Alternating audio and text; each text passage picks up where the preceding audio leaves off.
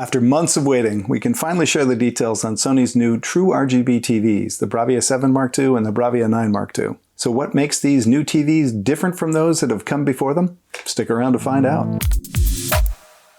They say good things come to those who wait.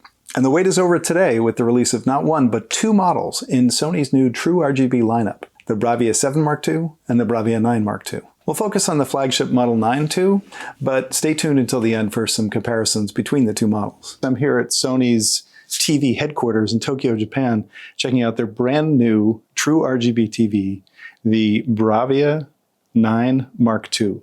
And it's a very impressive specimen, and I'm going to show you some of the features and some of the things that give it the excellent performance that we've seen here in Japan. Replacing the mini LED predecessors, the BRAVIA 7 and the BRAVIA 9, these new Mark II versions feature an entirely new backlighting system which uses individual lighting elements for each of the primary colors, red, green, and blue. With RGB backlights, Sony is able to reach higher peak brightness levels, improve both the color accuracy and saturation, and extend the color gamut so that more of the colors available in the real world can be captured by the TV. We've been able to check out both new TVs up close against their predecessors and against competitive models, both in fully assembled form, but also with their backlighting system exposed so we could get a look at their inner workings. Unlike previous Sony TVs, which had mini LED blacklights that were generally blue with quantum dots and color filters, the BRAVIA 9 II is fully RGB backlit.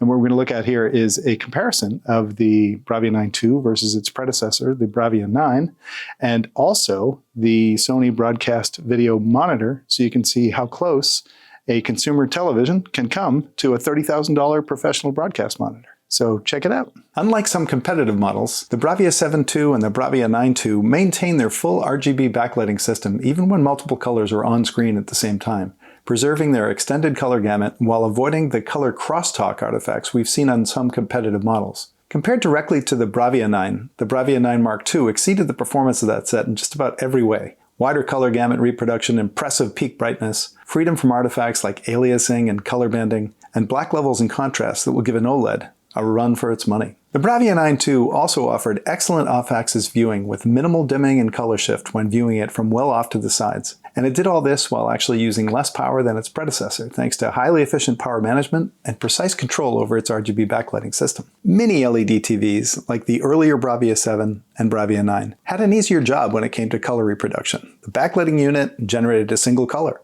which meant that every pixel on the LCD panel itself created its own color by adjusting the opaqueness of each LCD pixel's red, green, and blue subpixel. Because the backlight was uniform in color, the color filter process was entirely predictable and uniform from pixel to pixel. But with that simplicity came a narrower color gamut. That meant they simply couldn't reproduce certain colors, at least not with any useful brightness. With an RGB backlit TV like the BRAVIA 9 Mark II, the image processor has to decide how to adjust both the intensity of each individual red, green, and blue diode in the backlight, and do further adjustments at the pixel level, adjusting each of the red, green, and blue LCD subpixels. This two-step process leads to better color accuracy, wider color gamut reproduction, and higher overall brightness, but at the expense of more processing power and complexity. It's just this complexity that's led to Sony taking its time in releasing its first modern RGB-lit LED TVs. Off-axis viewing and glare reduction were both exceptionally good on the BRAVIA 9 in particular, BRAVIA 9 Mark II that is, with the new TV able to maintain its black levels even in a brightly lit room. While there was occasionally some very mild blooming on the edges of brightly colored images set against a black background, the use of RGB lighting elements made these faint artifacts almost imperceptible. It may not quite match OLED in this regard, but honestly,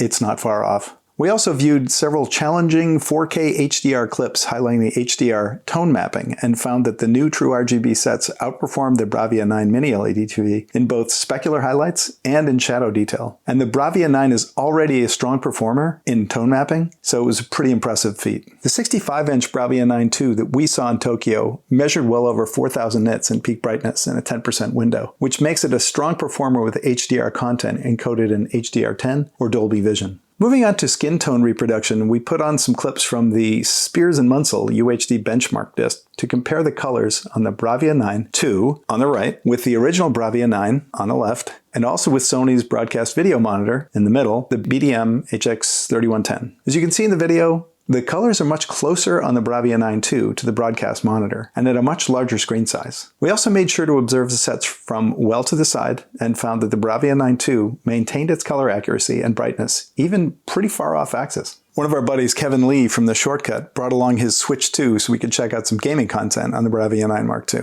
Colors were rich and saturated, motion was clear, and there was no noticeable lag between controller movement and the on-screen action. With 4 HDMI 2.1 inputs and support for ALLM, auto low latency mode, and VRR, variable refresh rate, the BRAVIA 9 II will likely be very popular for big screen gaming. And as for any potential banding issues or areas where the color transitions are accompanied by visible lines or bands, the BRAVIA 9 II passed these tests with flying colors. And scenes like the infamous underwater scene from The Green Knight, where Sir Gawain is swimming in a dark red water. On the BRAVIA 9 Mark II, the gradation from dark to light was virtually flawless.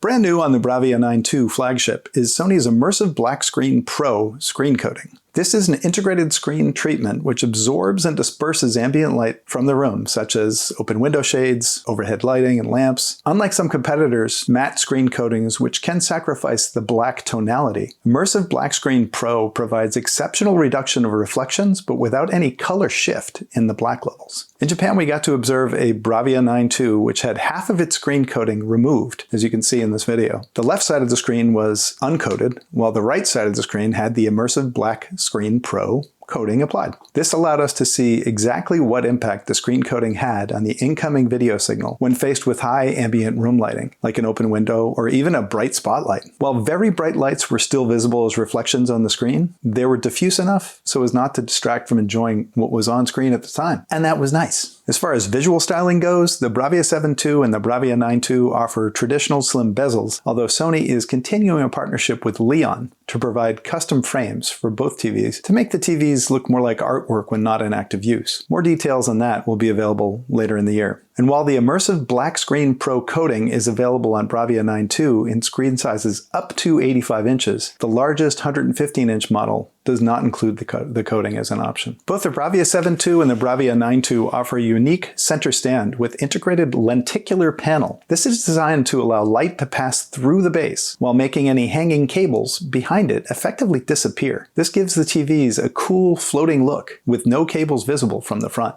Even the remote control has been well thought out. It's made of recycled plastic, easy to access and use, and it's got little colored specks that give it a kind of a textured appearance. As with Sony's current models, the BRAVIA 7 II and the BRAVIA 9 II are built on the Google TV operating system with access to thousands of audio and video streaming apps, including exclusive apps like Sony Pictures Core. Both BRAVIA 7 II and BRAVIA 9 II now work with Google Gemini for AI-enhanced content recommendations and natural language searches and responses. For the 115-inch BRAVIA 9 II, Sony has even thought about the poor custom installers, or brave do-it-yourselfers, who will actually have to move this giant TV to its final resting place, either on a wall or on a stand. In the box, you'll find 4 metal handles that can be screwed into 4 corresponding holes in order to easily move the TV around without dropping it. Personally, I'd love to see this even on smaller models, as it makes these TVs so much easier to handle. While Sony is going forward full steam ahead with RGB backlighting, the company has not abandoned OLED. The company will continue to offer both the BRAVIA 8 and BRAVIA 8 Mark II OLED TVs for the foreseeable future. However, according to Sony's own research, approximately 80% of TV viewing occurs in non-ideal lighting environments. In other words, bright rooms with a lot of lighting. And in these cases, Sony maintains that the higher peak brightness and wider color gamut of RGB backlit TVs give them the edge over OLED in perceived picture quality in these conditions. Also, with OLED ultimately limited in screen size, RGB lit LCD TVs give customers a wider range of choices as these 85-inch, 98-inch, and even 115-inch TVs become more popular among buyers.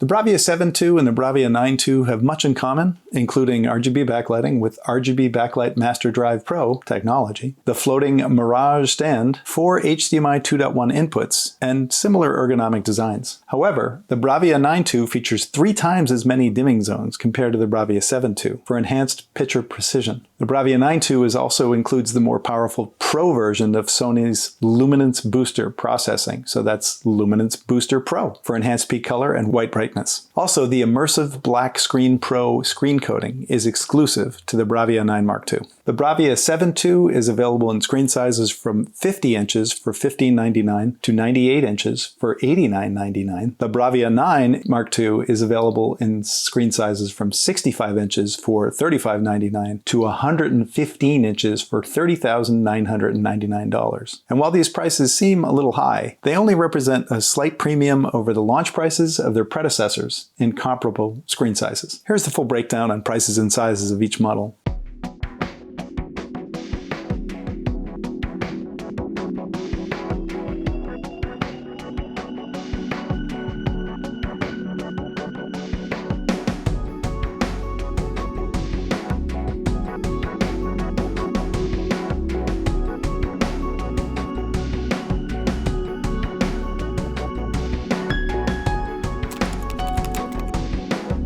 New technologies typically have growing pains, and these are paid for by the early adopters. Some of the first generation RGB backlit TVs launched last year exhibited some fairly significant picture quality artifacts, particularly when it came to handling images with complex color combinations on screen at the same time. By taking a little extra time to make sure that their version of RGB backlighting was fully baked, Sony seems to have avoided many of those first generation hiccups. And while the new models aren't cheap, they're not far off from competitive flagship TVs from LG and Samsung. Based on our experience so far, we believe that Sony's True RGB TVs should be among the top performing TVs of 2026 of any technology. We look forward to spending more time with them over the coming weeks. So there you have it, the BRAVIA 9 Mark II. Coming soon to a Sony authorized retailer in screen sizes from 65 inches up to a whopping 115 inches.